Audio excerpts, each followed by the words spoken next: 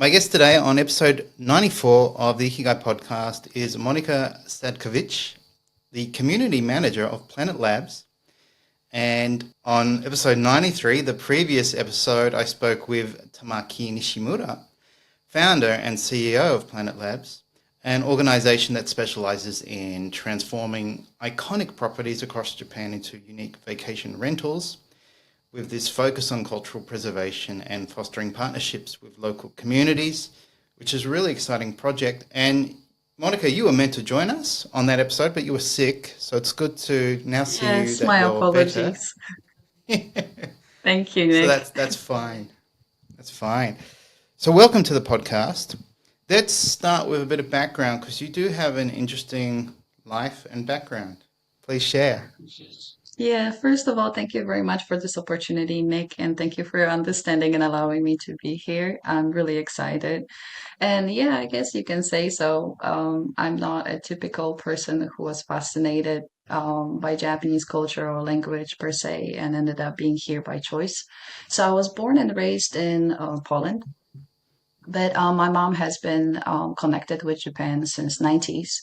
And later on, she was fortunate enough to remarry with a Japanese when I was around 7. So I spent my vacation in Japan. And then soon enough, when I was a teenager, at the rebellious 16, I relocated to Japan with no interest in Japan and not really any, to be honest, no language capacity. I could say, hello, my name is Monica and count from 1 to 10. And I needed to learn how to navigate the third culture identity, but I wasn't a typical, third culture child. So it was also challenging because it wasn't like I was in elementary school and our house was very mixed. So outside we would speak Japanese, at home we would speak Polish only, and we relocated with my grandma too.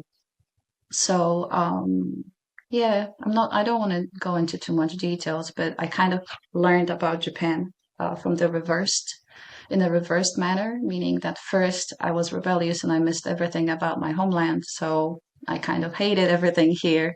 So I Mhm. needed to learn how to fall in love with Japan and how to, I think first I started to respect the culture and I started to realize the positive sides of it. And then slowly I started to fall in love around sometime in my 20s when I actually started to work here. And yeah, I used to teach English. I love kids. My stepsister is Japanese, so it was very interesting to see how Japan affected me and how Poland and Japan affected her growing, and that kind of inspired me to become a teacher. But then the COVID hit, and that was about the decade of me being a teacher, and I kind of wanted to try new things and expand my, let's say, impact further. And that's how I ended up with PlanetDAO. I see. So, yeah, I mean, that's quite a unique experience to move to a country where you can't speak the language, you don't understand the culture, you're Yes. not really understandably interested in the culture, you've lost your home, your friends, everything you've known. Yeah, and then adjust to it, and then be a part of a blended family too, True. and then go through your childhood and then your teenage years would be that's challenging enough without all that complication. Yes. I was just about to add that, normally, very often people, I mean, teenagers, or just students who relocate end up in international schools. I ended up in an international school, but the school that focused on molding children into Japanese society. So I actually had only 3 subjects in English, and the rest was all in Japanese. Or I had my one-on-one intensive study. And as I progressed, they would kind of put me back into the normal classroom setting. So it was very interesting, very challenging, but I'm grateful for it. Yeah, I mean, I had concerns as a parent. My son was born in Japan, and Hmm. he was quite, how do I say this without sounding weird? I mean, he was quite an attractive toddler and boy, and Hmm. we put him into Hoikuen, like kindergarten, Yes. quite early, Yes. like 3. And that was a really good experience. Like, he did, all these creative things, made friends, but he was kind of considered, special or unique because he was half and he had this beautiful sort of Yes. blonde orange hair.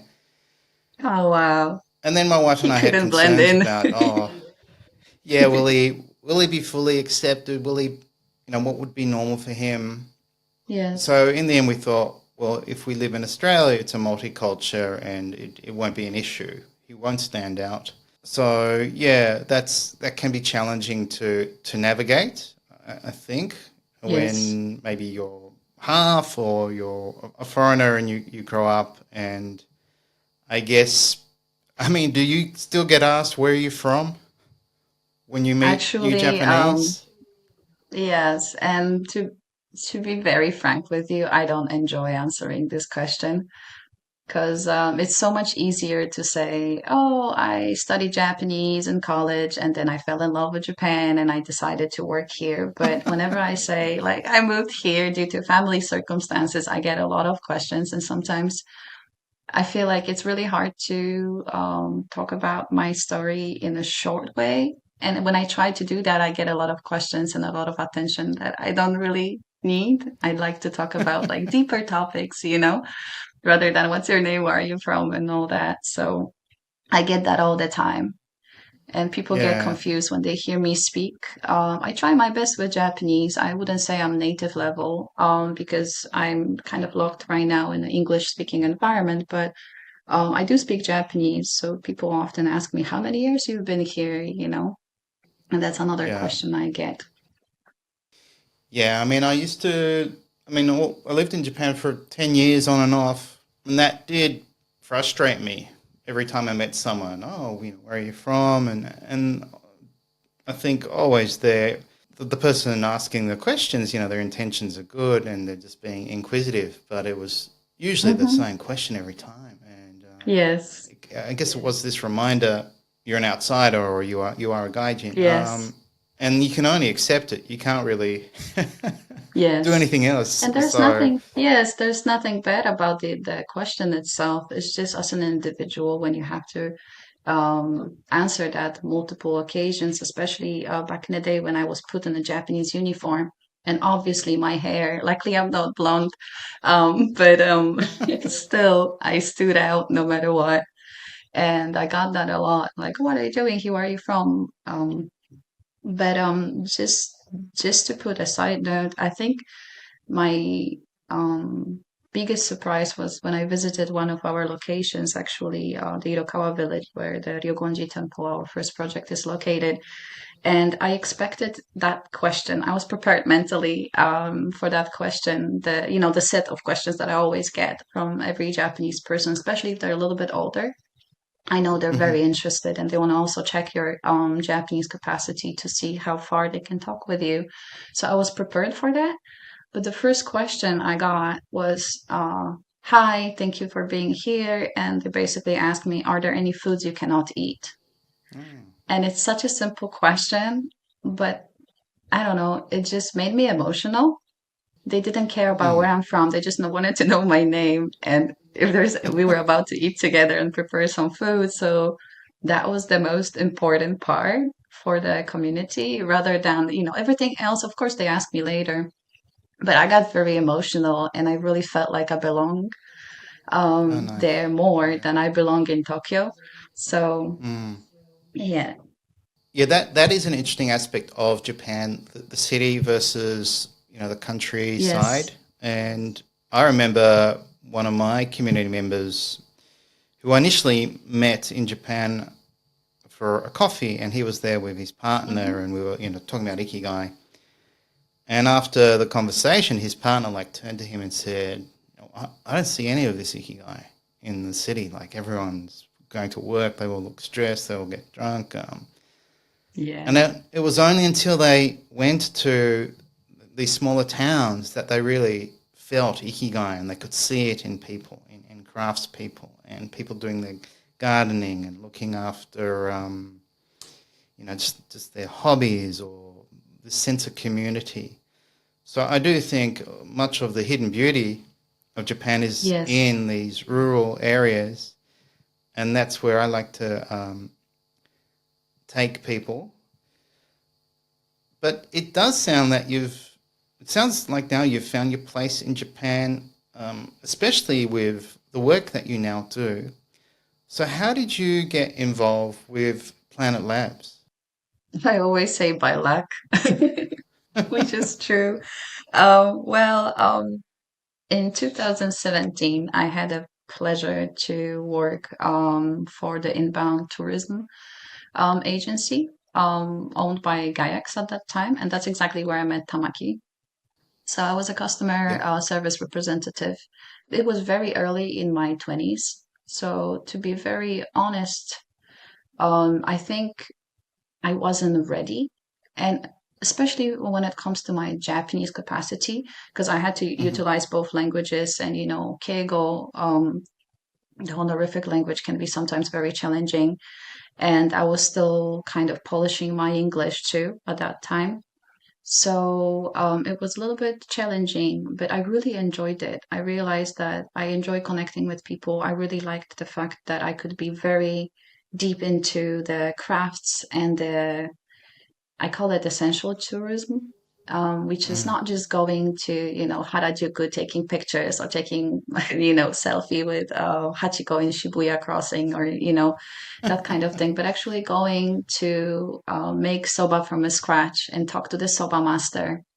And it doesn't Yeah. matter if you have like somebody there to translate it for you or not, but like kind of immersing yourself into the experience and getting to know the essence of Japan. I really enjoyed that. But because of the language, it was very, especially the written Japanese, it was really hard for me.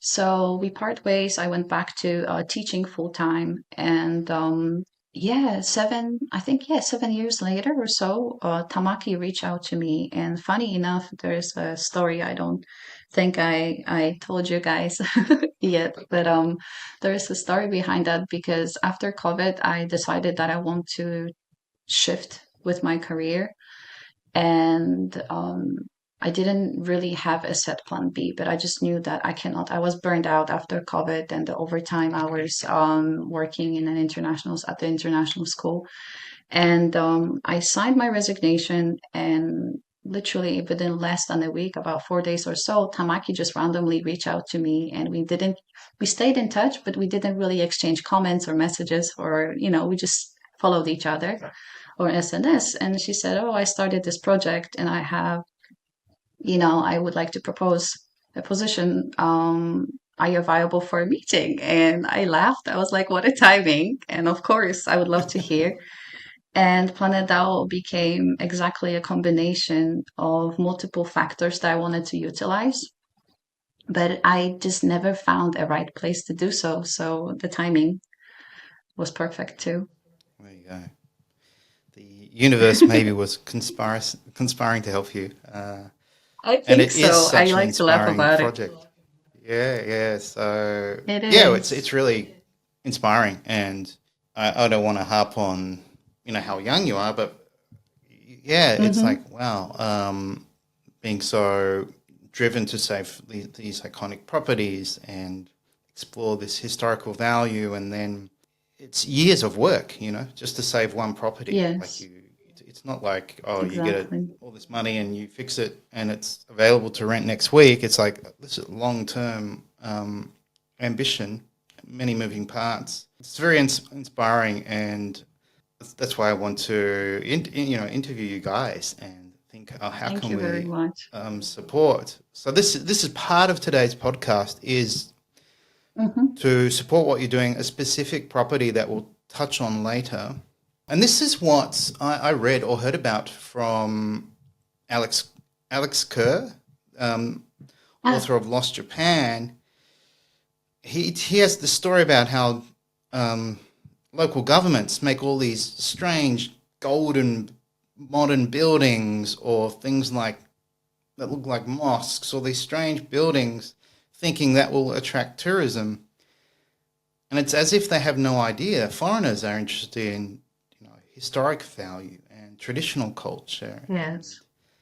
There's certainly obviously a lot of tourists who like to go to, yeah, Tokyo and, do all the Yeah, touristy things. But there are many tourists or many people interested in Japan who want to uncover the culture and go deeper. And exactly. that's what you're I think one providing. doesn't exclude the other, you know. Like I No, feel like no. combination is best, or you either immerse yourself or you do combination of the touristy things together with trying to understand and learn about the culture, so you can speak on behalf of it and really have, let's say, transforming. Because Japan has this big impact, of course, depending where you're from. If you're from Asia, it would be different, but for people like me from Europe, and I would dare to say from people from Americas as well, when you visit, is very different to what we are used to. And by immersion, I feel like you can really transform the way you see the society and how it works, and you can get a lot of inspiration from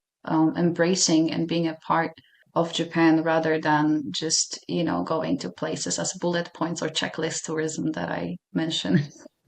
No, I totally agree. Yeah. So going deeper and I think also connecting with people and you seem to have more opportunity, I think, of connecting deeply when you go to these rural areas. Yes, In the city, it's as we know, there's just so much tourism now, and it's so busy. That yes, can certainly happen too in the cities. So let's touch on your role with Planet Labs. of course. What do you do there? So as you mentioned before, I'm the community manager. So I focus on community engagement and the management of all the people that we have as a part of our community. So basically, not only building but maintaining and the inclusive factor of it, because we are very unique. We do utilize the DAO structure, which is a decentralized autonomous organization structure, meaning that we want to involve our investors, which I don't like calling investors. I see everybody as owners or co-owners. So we Nice. really want to develop trust and start initiatives such as quests, and not only, where we can actually dive together into finding solutions, and providing the best service possible. So facilitating the transparent communication is one of my main goals, not only between the team, but obviously between the investors, but also the creative side of it, such as writing Substack articles or writing some posts on LinkedIn or other media platforms, and reaching out to amazing individuals like you who create opportunities for us to speak further. So yeah, a little bit of the content creation and promotion. And yeah, I always say that I like to see myself also as the creative problem solver. So, I like to speak on behalf of the sustainable living and the local engagement and the tourism aspect of it too. But my main focus is creating the community, creating and maintaining the community. And I also try my best to, of course, everything is at the baby stage, because we just started the renovation. Is we're going towards that direction, but as a community, we're still developing trust, I think.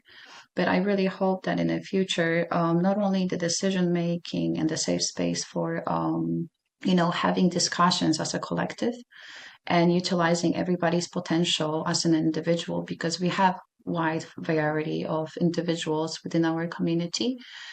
And I really hope that in the future this will lead to not only some kind of form of networking and support on the individual level, but also hopefully some friendships. Like this is the Yeah. the little goal of mine, that I know that already somebody, yeah, our other co-owner, but I hope that two people who didn't know about each other at all, will become friends.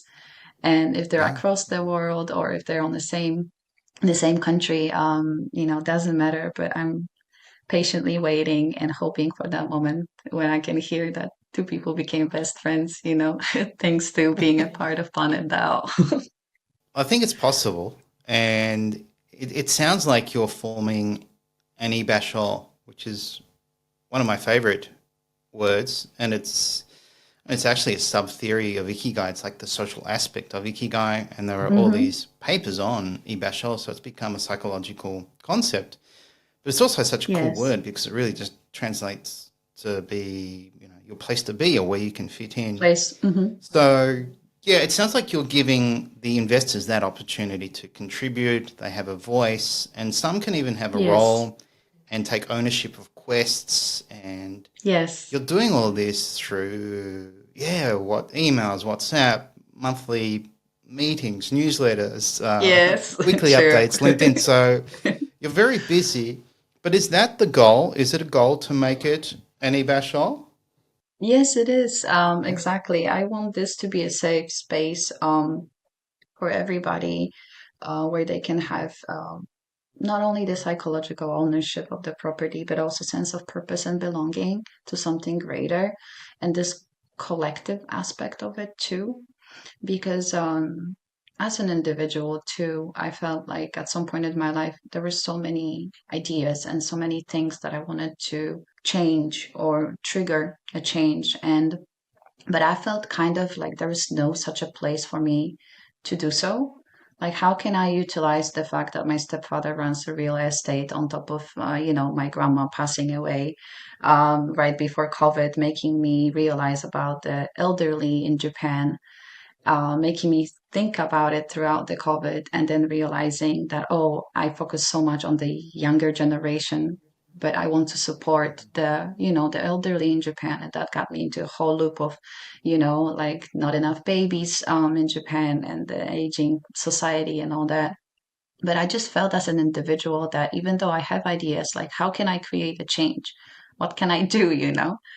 And I hope that within our community too, people, I mean, the co-owners will have a space where their voice matters, and they won't feel like they're little. Like they can verbalize that, they can utilize their expertise and use the ideas to trigger a change with such a complex aspect. And I feel like PlanetDAO is solving multiple issues within Japan and providing a solution on like many layers. So I Yeah. hope that people can feel that it's a safe space within the community for them to verbalize and dream big. That's what I want. I want everybody to dream big and be able to achieve something together, and on the individual level as well. There does seem to be a strong sense of unity coming together from, what I see of the response just within like WhatsApp. And I just feel guilty because I'm not really proactive because I'm, I'm I busy think with we will things. But get there. this is sort of how I like to Yeah. support you guys. Yeah, so it does seem like you have some very active members who are very much Yes, passionate about what you're doing and get involved. So that must be very fulfilling. it is. I'm really happy to see that, but I'm also very careful because obviously, like, we want everybody to contribute, but I don't want to push anyone out of their comfort zone or like push them to do something when they're already striving to have their own company or working, full time, etc. But I want to make sure that everybody is welcomed whenever they have time. We share the meetings, and even if you didn't participate in the beginning, you can still be involved in the solution seeking session. And even if you're late, we make we debrief every each individual. And I do feel fulfillment, and also recently just the fact that some people show up throughout the month multiple times, and then you see the same faces and they start to recognize each other. And I think slowly we're getting on a stage when people start to recognize names, like, oh, this person participated in that meeting. So slowly we're getting there. And yeah, I really hope that one day it will be a really lively community where people really have vivid discussions and feel safe to say their opinions. Yeah, that's something very special, and I'm confident that'll happen. So that's something to look forward Thank to. you. Yeah, and I guess that could lead to, you know, collaboration and all these other opportunities. So there's I feel like there's definitely a bright future in what you're doing. And I guess you validated this business or this, you know, what you're doing with the first property you saved. So do you want to talk about, yeah, how, you know, that property and how it felt to get the funding and have, you know, investors saying, yep, we'll support you. We trust what you're doing. We believe in what you're doing. Of course, it felt amazing. It felt wonderful. You know, from the very beginning, there was something special about the Ryogonji Temple. And it's not just the fact that it's our kickoff start first property. No, it's not just the fact that it's a first one. I'm still trying to discover if it's on a personal level, but I don't think. After multiple visits to the site, I feel like it's not only on a personal level. There's something bigger and greater about this property, specifically in the local community too. So, to answer your question, from the very beginning, I deeply believed that it will happen. I never doubted that this won't happen. I just kept on doing my job and reaching out to more people. And at some point, I try on purpose to avoid the numbers and just keep on going, you know, and I really hope that this will um, be a success. But to answer your question, I think I visited the Regonji for the first time in December and I joined the project in November. And I was still very fresh. I was still trying to understand how is this going to happen? What exactly are we doing? What kind of community? And back then, I focused on the local community specifically. So at that stage, I also think I was going through career change. So that's why I mentioned the individual level because I thought maybe that's why it had such a big impact on me. The fact that they ask about the food, not where I'm from, the fact that they're so close together, and the sense of serenity and peace and unison. You know, Irokawa used to have over 3,000 members. Now it's really hard to find how many of the actual residents are registered, but it's around 300 or 320. And it's a very, I would dare to say, small community. And actually, Irokawa as a village, it's a word out of use. It was merged with other area, but the local community still uses the same name. They still say they're from Irokawa, and nothing has changed in their identity.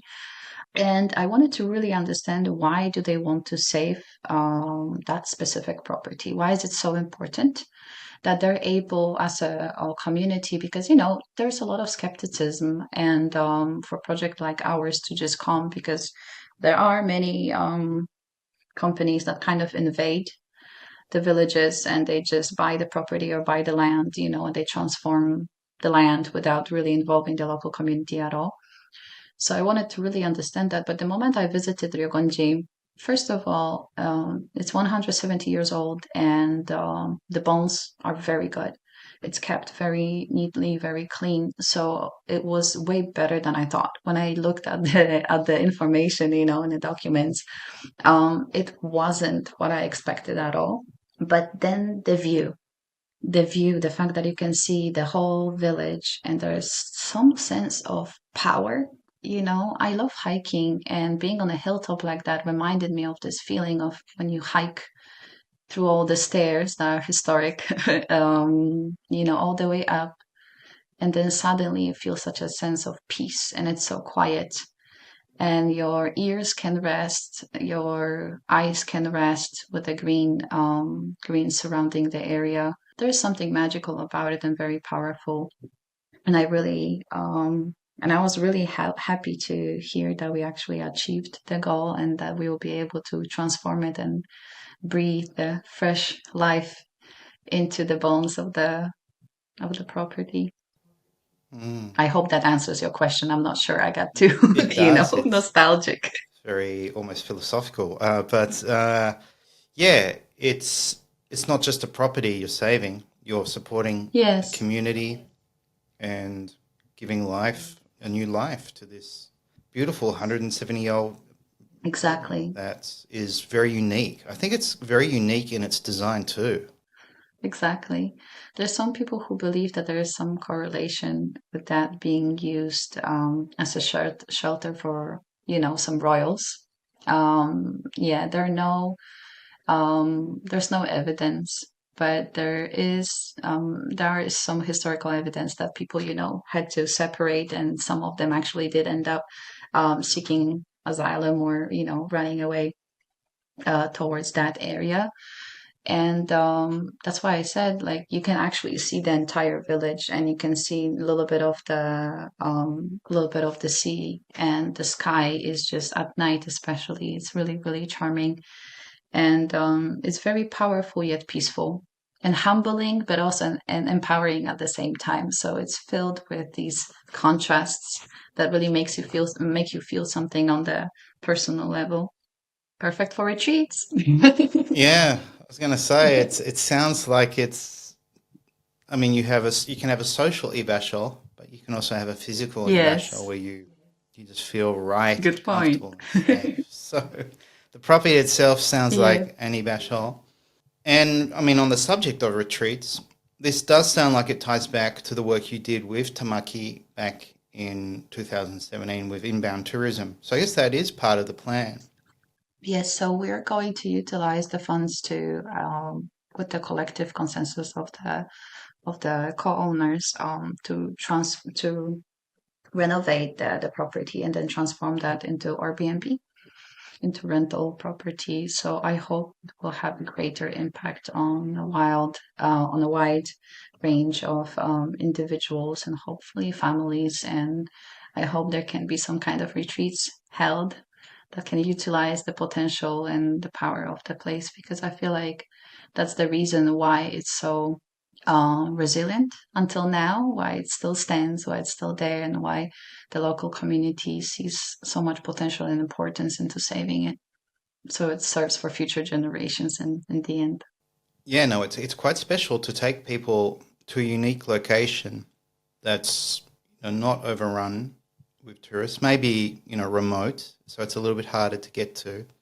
But it has this unique personality, and then it has this unique community with all these different personalities, and it Yes. also gives the community a chance to offer something, and they feel good about that, so they can offer these experiences like I think we spoke about, zazen or soba making or whatever Yes. it is, and it maintains their role. So you're helping to maintain these roles, or maybe even giving a new role to people in the community that they just would struggle to maintain or wouldn't have without what you're doing. So it's bigger than just saving a property, Exactly. which is really inspiring. Yeah. Thank you. Have you heard the idea of the blue zones? Yes, I have. The longevity, right? So this is my personal take on it, but that was the first thought I had when I visited. That obviously a lot of people, when it comes to Japan, they think about Okinawa being the Mm. blue zone, but I think Okinawa is the most commonly spoken of, um, you know, longevity hub in Japan, let's say. But there are other areas that provide longevity and have these traditions that actually make people have the happy living, happy long, healthy living.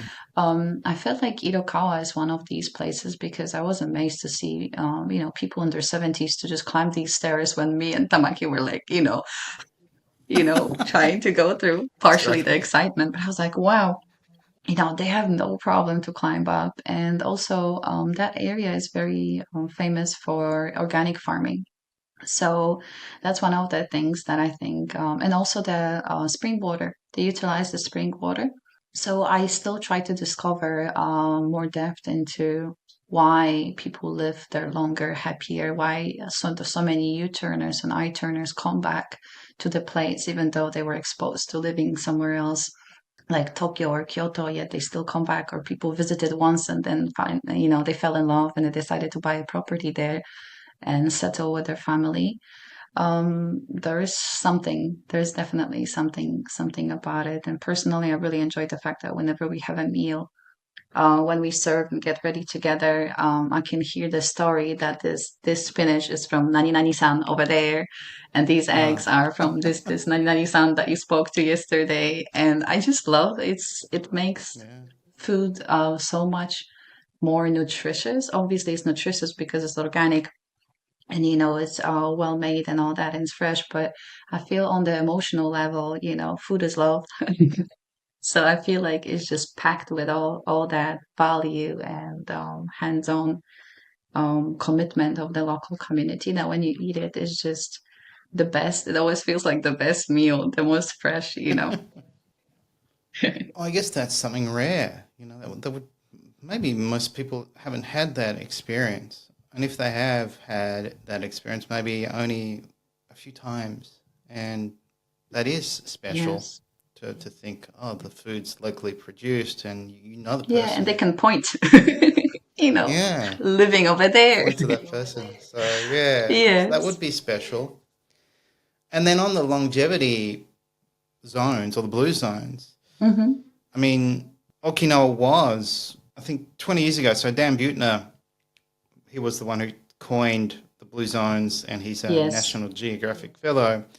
Yes, And yes. so I'm in a the big late fan of them 90s and books. 2000s, yeah, yeah. Hmm. So he said, yeah, Okinawa was definitely the longest lived, one of the longest lived cultures or people in the world and in In the world, Japan. yes. But recently, only about 3 years ago, he was on a podcast saying it's now the least healthy prefecture in Japan, and it now has the highest rates of Yes, I diabetes, didn't want highest to rates of heart mention. attack. Yes. So it might be these rural. I mean, there are plenty of blue zones really in Japan. Just Okinawa Yes. became famous and romanticized as, I guess, the island longevity. But I have a friend from Shiga, and that has a Oh, high yeah. concentration of centenarians.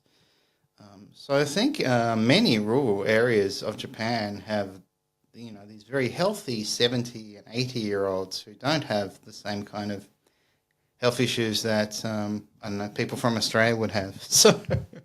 Yeah. Um, so it'd be worth living or visiting these areas, and especially your property once it's ready to take renters. So when do you see the temple being ready for people to rent?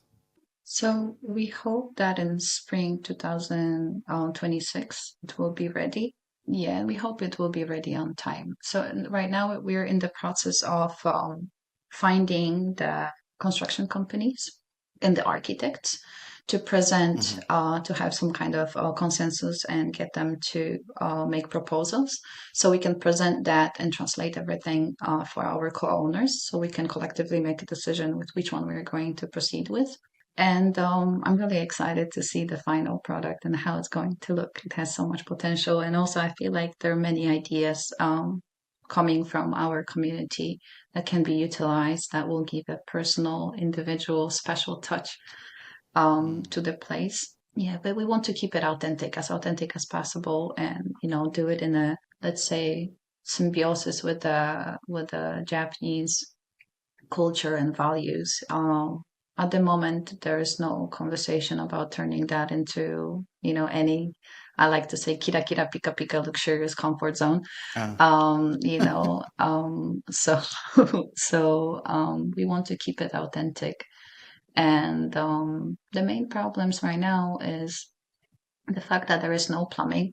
And definitely that's one of the main things we need to do and just make sure that there's a special designated room. The main room is kept very well, but the other rooms around it, surrounding it, need to be renovated in order for people to stay there. So, yeah, I'm looking forward to that happening. yeah, I mean, people can go to your website and look at some of Yes. the plans and ideas you have. So we might touch on the second property, and then maybe we'll end on more of a personal note about your Hmm. Ikigai and what you love about Japan. But the second property you have is the Bamboo Forest House in Hayama, Kanagawa. So do you want to talk about that property? Because that Of is, course. you're seeking funding now. So our listeners could, take part ownership and invest in the property. And that's something they could do right now till the end of January 31st. And the Mm-hmm. ideas you have for this bamboo forest house is pretty exciting. So, yeah, do you want to touch on that? Of course. Thank you, Nick. So, of course, I would like to invite everybody to be a part of our community if you're interested in such an initiative and if you want to be part of it. We are in the middle of the fundraising for the second property. So, there is time until January 31st. To apply, we have 49 days remaining, and it's being updated on our website. Bamboo Forest House is another special property. I like to say that we as a project consider a lot of complicated cases that are very hard for individuals to attain. And I think Bamboo Forest House is one of perfect examples of that because so first of all, it's 7,119 meters square of land. It's massive. Mm. But within the property, there is not only the air raid shelter from World War II and the IKEA itself, which is the abandoned, half, I like to say half abandoned, half neglected property that obviously needs a renovation. There is also a little shed. And on top of that, there is a remaining agricultural part of the land where there used to be the Tanadas, the rice fields, they're Hmm. like rice paddies. And on top of that, it's filled with a bamboo forest that needs a constant maintenance. So it's not only the forest that locally needs a lot of effort, but also the agricultural land on top of the IKEA and some historic or heritage site included that's being untouched for years. And one of the special aspects of Hayama Bamboo House is that Hayama is the surface hub. Oh. It's right near the Kamakura, and it's filled with beaches and the chill, happy beach life, let's say. And it's very famous for the SDGs. Like they really take sustainability seriously there, the residents. But it's very interesting because the house itself, it feels like it's so secluded that it's another property that just gives you a sense of peace. Whenever you enter there, just because the land is so massive, once you're there, all you can hear is just your own thoughts and the insects around, and maybe people that you're surrounded by. And I feel like this is just my personal take on it, but I really do feel like this could be a creator's hub because very Oh. often we all need a spot to kind of I don't want to say lock ourselves because that's an unhealthy word, but like we need a safe space that's quiet and peaceful, yet when we have everything provided to kind of contemplate on ourselves, or sometimes maybe people want to, I don't know, start writing their book or write a business plan and they just want to really dive into by themselves, or I don't know, find their ikigai and sit down with their own thoughts, Mm. and really deeply contemplate on that and have this creative aspect of it, the contemplation, the meditation, and also the relaxation. I think that's a perfect property, and we do plan intend into having a little path that will let you experience the entire forest on top of open air bath and some sauna on the property. So I think that sounds good. I want to visit when it's done. I want Yeah. to, yeah, Yeah, go I immerse know. myself for 5 days or maybe a It's- week. I've seen your post Oh yeah. renovation vision, and the photos look amazing, or the ideas you have look amazing with, this sauna and the, tatami rooms and Yes. the, I guess it's like hot spring bath, but all surrounded by bamboo. It does seem like it's a place where you could just go for like a utori, like for this Yeah. space and this space to have peace of mind, and you could go there and essentially do nothing as well. Yes. Good point. Or you could go there and, yeah, contemplate on your next phase of your life, or just get away from the artificial world and have some Exactly. time to breathe. So I might be going there in a few years. Yeah, let's go together and separately too. So, Let's see what happens. Let's share. yeah. So very inspiring. So yeah, we will link to the property. We'll put Oh, thank you. photos on the show notes of the property, because this is something that's special, and it's quite affordable also to be involved. You're seeking hundreds of dollars, not thousands of dollars. Yes, So yes, if you have a few $100s or a few $1,000s, you can become an investor exactly. and contribute to this, wonderful vision. And yeah, you'll own part of it. So it's a place you can, visit as well. And I kind of love the idea that these properties also expose people to places in Japan they probably normally wouldn't go to. Yes, exactly. There's a lot of Yeah. over tourism these days, and I don't want to dive into that too much, but I do think certain regions that are very popular are not ready to handle all these tourists, and the level of English from, English teachers' perspective is just disappointing. And I feel like there is a big need for projects, to target the areas that are not as famous yet accessible. Of course, Ryogonji is right next to Kumanokodo Pilgrimage Road. Hayama is also recognized, surface, and it's famous for a lot of marine sports, etc. And it's very Hmm. recognized, but I think these places are recognized by people who live here a little bit more. Like Hayama is a place I used to go to because sushi was too busy or a little bit too dirty and too many parties going there. So personally, before we actually decided on that property, I used to go there every year to just take a walk by the coast, and it felt more peaceful and not as packed. And you can see a lot of families. Of course, it depends when you go, but yeah. So it really is offering a different experience, Hmm. and you can, as I said, you can be part of that and invest and make it happen. Part of the creation of this vision. Yes. So we've talked about all of this ambitious project that you're part of, but let's get a bit personal, and maybe we Hmm. touch on your ikigai and what you love about Japan and Japanese culture. So as we've mentioned, you have lived in Japan for half your life. So Yes. that's It's a long time. that's I some still don't believe significance. it. When I realized it was a half earlier this year, I was like, really? That kind of feels like a milestone. So, yeah. Mm.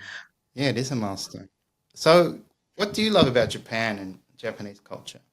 Oh, there are many aspects, but I think I can try to pinpoint maybe three main. As for my ikigai, I was always want to become the bridge between the Japanese and the foreign, just because I'm always in the sweet middle and I learned how to live that way. So I understand the Japanese, but I never will be Japanese, no matter if I live here for, 2/3 of my life. It won't happen. And I was born and raised in the heart of Europe. So I have that aspect of me, but I kind of ended up somewhere in the middle. So I have understanding of both. I have respect of both and love for both. So I try to utilize all my strengths into becoming the bridge for people to safely go through and have understanding and respect. And I always say that, Japan has so much to offer. And I do speak about the negative sides of Japan too, because I feel like after all this, experience that I had, I have a right to do so. But I only speak on behalf of things that I actually try to make a change. Hmm. So noticing the things but instead of hating or like, I do say that occasionally, I have a love-hate relationship with Japan. It depends sometimes. But the respect factor, I think it's what bridges the cultures and the generations and the world itself.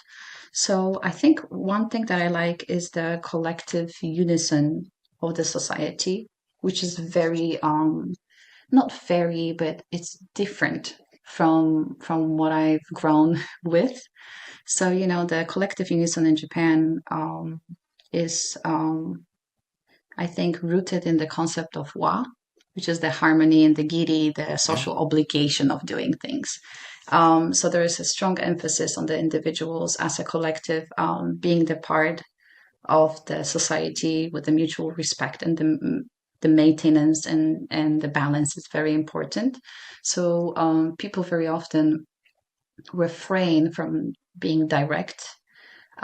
People try to be politically correct, let's say, or they try to limit the direct confrontation. Yes.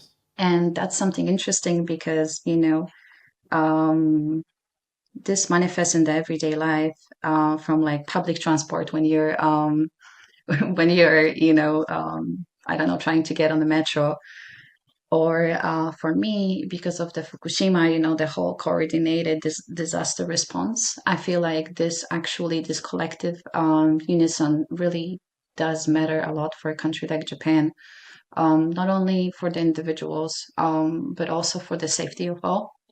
Because we are living on an island that is filled with volcanoes and earthquakes and tsunamis and all that. Mm. But I feel like this mentality is to notice how different it is from the other countries. And here's my second point that I like about Japan, which is the contrast between European slash Slavic culture. Because there are some similarities. We are very family oriented, but I feel like the sense of individual is way stronger. We value the traditions, but we don't have as a strong obligation sometimes. And collectively, the sense of individual comes out sometimes in situations that create rather conflict than other than the harmony and Mm. the sometimes I feel like we should have a little bit more collective aspect in our in Slavic and European cultures and find the middle spot you know so I like the fact that Japan, as drastic as it was for me as an individual, I feel like I have the exposure to both sides. So from this touchy, huggy, kissy, no, no private space, let's say, um, culture, all the way to bowing and respecting everybody's space and turning around on a train to make sure that you don't offend somebody and being aware of the eye contact. While in, Slavic culture, you do make eye contact because it's a part of how we communicate quite often. So I feel like I really like the fact that Japan kind of opened my eyes that there's not one correct way to do things. It's the mixture, and depending on the situation, for the best of all, Yeah. it's important to do. Of course, it's important to have the sense of individual as we do have in Slavic cultures in Europe and not only.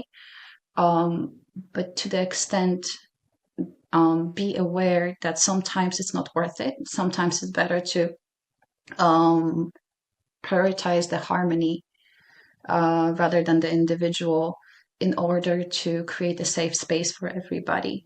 Yes. So not only the earthquakes, but other situations, And lastly, it's of course the omotenashi in Japan, the hospitality. I feel like whoever comes to Japan senses the emphasis on the mindfulness and also the respect and the social interactions being um, aligned with people's own values, and the customer service is just exceptional. When you get to experience being in Japan, when you go everywhere else, I'm yet to see Yeah. somebody welcoming me with a smile and immediate "irashaimase," somewhere else. So yeah, I like these three parts the most. Yeah, I can relate to all of them. I do love. I mean, I love going to Japan. It just feels kind of feels like a second home where there's more ease and more I don't know, Exactly. less stress and just feel safe and yeah, there's very little conflict or Hmm. no one's trying to win an argument or push something on you. So I always go back and feel I'm safe, I'm comfortable here. And then as you said, the great service where for the most part almost Yes, everyone does everything with care, with attention, and I exactly. can't, unfortunately, say the same about Australia. I mean, I love Australia too, and it has its unique kind of friendly service, and yeah, we're very touchy culture as well. So that can be, I guess, that can be a challenge for for us as individuals navigating that, and I'd be, but it's a bit weird because sometimes I kind of hug my wife's I family feel you on members when that. we catch up, but she doesn't. So I'm hugging my father-in-law, my Yes. brother-in-laws, and then she just doesn't because it's not the thing to do. Hmm. So sometimes we can get away with a bit of, Yeah. a bit more of our own coach. We can bring a bit more of our own culture to these interactions. Yeah, um, I can totally relate. My partner, yeah, he's actually born and raised yeah. in America, but his mother is from Osaka.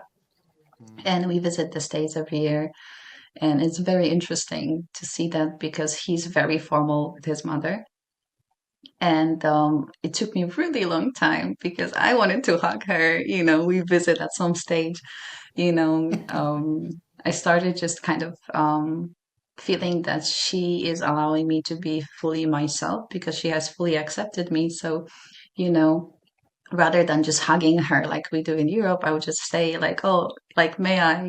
And then eventually she started hugging me and being very warm with me. Yet, two of them don't really do that too often, just only sometimes. So at first I found it really weird and I thought like maybe I'm doing too much or maybe is that acceptable? Is that okay? Maybe she's uncomfortable and kept on asking my partner, if that's okay. Like, do you guys do that? Is there any reason why you don't? Or maybe there's the age gap and I should be more respectful because, I never lived in Osaka. Maybe it's a little bit different, but it was very interesting to notice and to kind of have a conversation about it, and again to kind of realize two spectrums and kind of try in a respectful way create a blend of both. So I can relate to that too.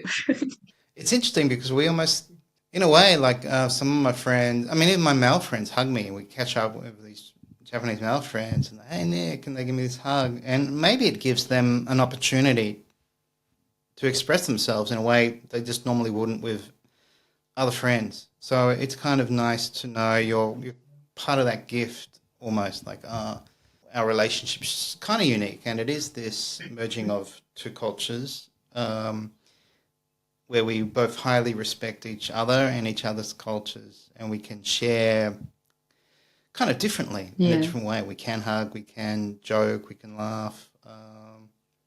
And yeah, it's really special when you can find someone to do that with because obviously you can't do it with everyone. But yeah, I mean, some of the best friends I have are in Japan, and I really enjoy those relationships. And it's That's nice. I'm very lucky. They always look after me when I come, and we always have a good time. And yeah, and maybe it's unique for them. Maybe sometimes I think Hmm. Japanese can they might Yes. have a bit more room to express themselves. If they can speak English because they're not confined to Yes. strictly to the social rules they would normally be confined to with other Japanese. Definitely. So And to elaborate on that a little bit further, I've been really interested into discovering the the concept of having different personalities based on the language that you're speaking. That's why I feel like for young children, it's very important to be exposed to as many languages as possible. Of course, in a healthy way, so you don't end up being confused, like me being 3 years old, not knowing which word is Japanese, Polish, and which one is English, because that was kind of, a deep dive, too deep, I would dare to say.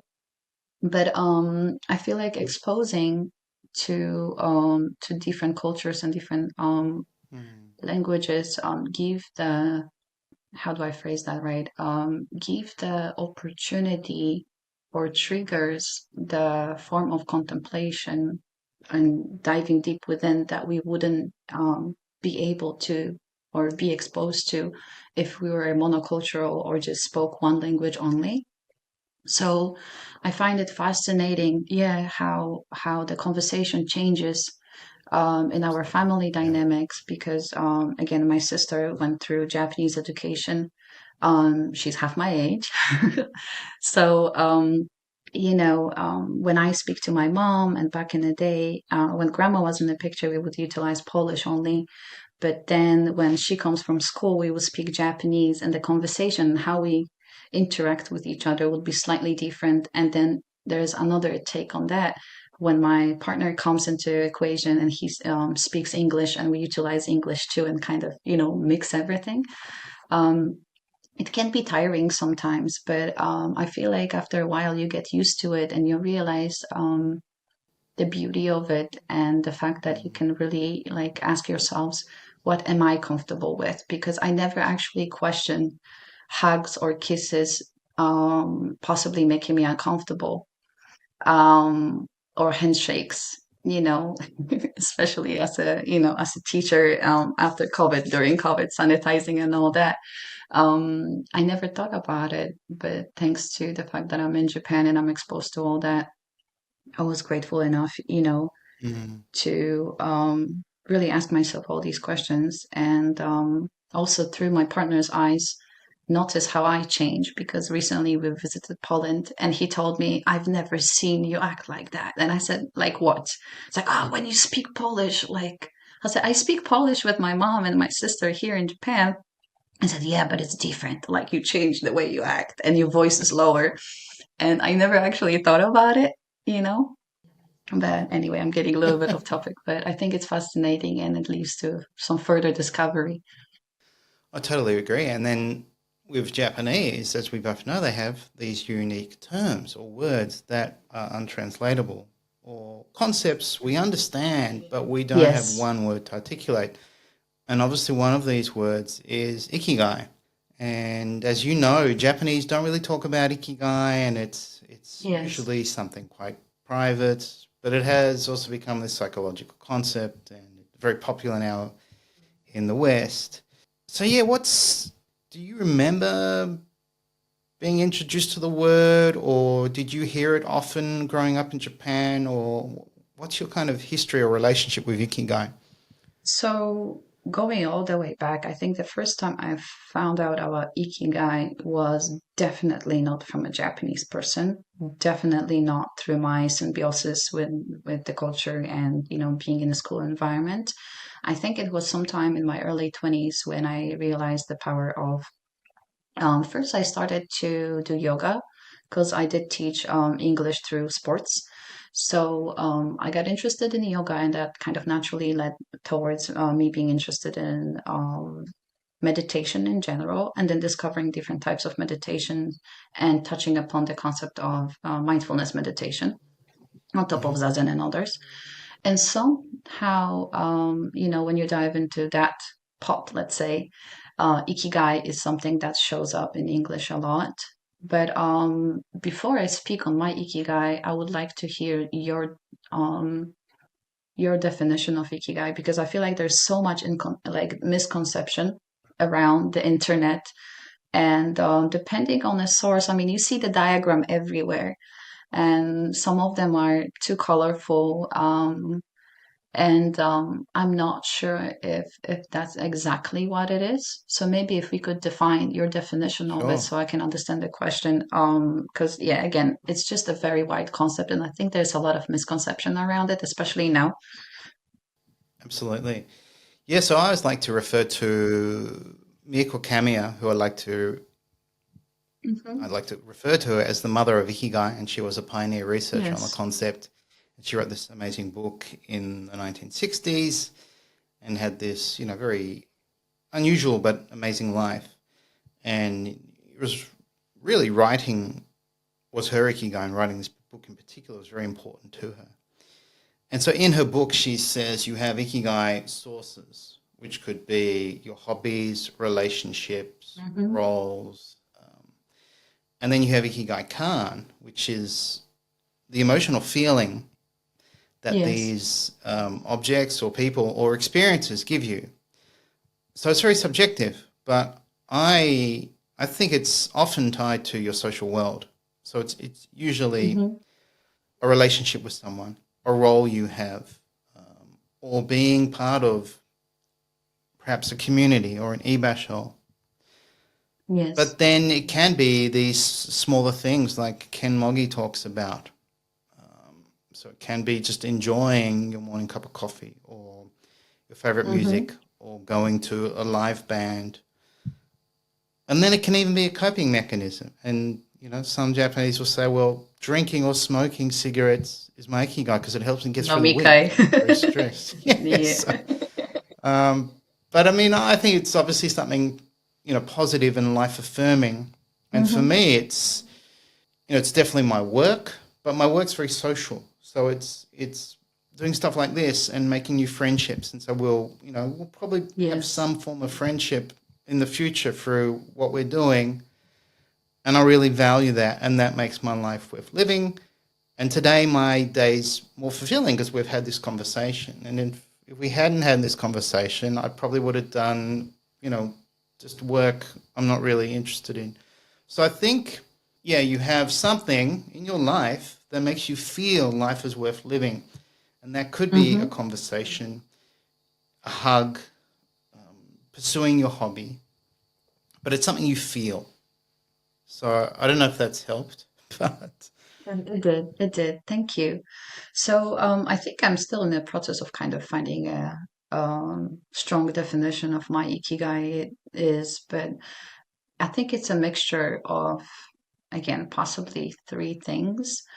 One thing that's really important to me is being the bridge and engaging with other people, which means simply, I think I get a lot of joy from meeting new people and mm, talking to new people and just kind of sharing experiences and not only my own, but this balance of listening and talking because I'm a constant learner and I really do have a strong identity of that. I feel like I don't understand the concept of boredom.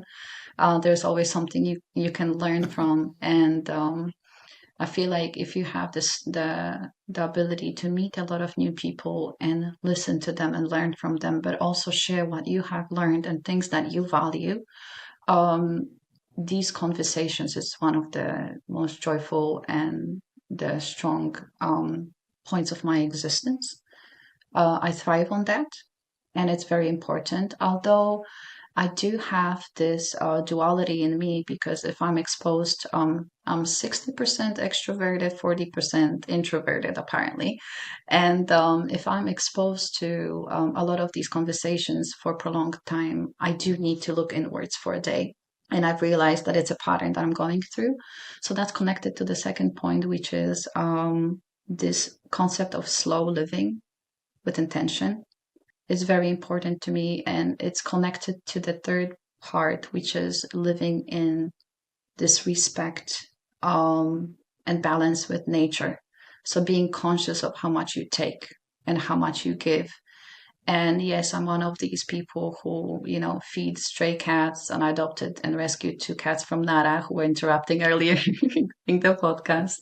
And I'm one of these people who like to walk barefoot, grow my own herbs in a patio, and be try to, let's say, give to the nature and be aware of how much I take and just live a slow living sometimes have a really bad connotation, but it doesn't mean that you're being lazy. It's just you actually, when you the cup of coffee that you mentioned earlier, it's just not just having a coffee because it's a part of your routine, but having days when you actually sit down and you notice the taste, the temperature, the smell, you notice the cup, the texture of the cup, and how the temperature affects your hands and what kind of sensation, it gives you. Like, I feel like this is another ikigai of mine, like on top of giving, being able to slow down and give to myself, if that makes Yeah. sense. No, it makes sense, and I can relate to all of them, especially Really? the making new friends. And it's such a joy when you connect with someone, you have this conversation, and Yes. you have this new person maybe in your life, and you never know what that can lead to.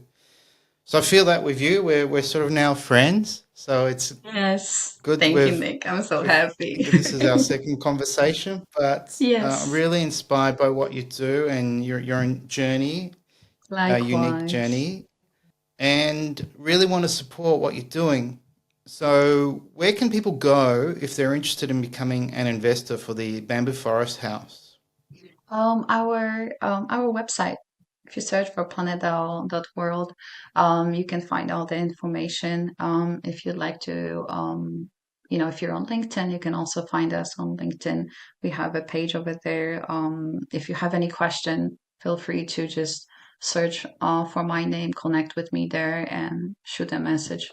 Um, and yeah, I would love to welcome new people to our community. I'm actually looking forward starting the second community, and I think it will be very interesting to see how one community is different from the other, and exploring the needs and getting to know individuals like you on a deeper level and becoming friends.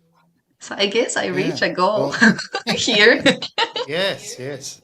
And you're doing a wonderful job too. So, really Thank you. I try. inspiring, and you really care about this, and you do it with grace, intention, love. So, Thank you. Oh, yeah, let's get this second property funded, and are you gonna have double the workload with two, two communities to look yes. after? So that'll be Yes. a Two babies challenge. to look Yeah. after. Let's see. Let's see.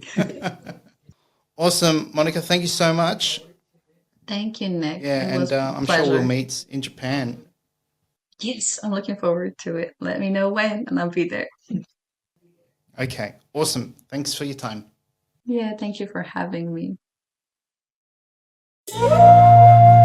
Thank you for listening to this episode of the Ikigai Podcast.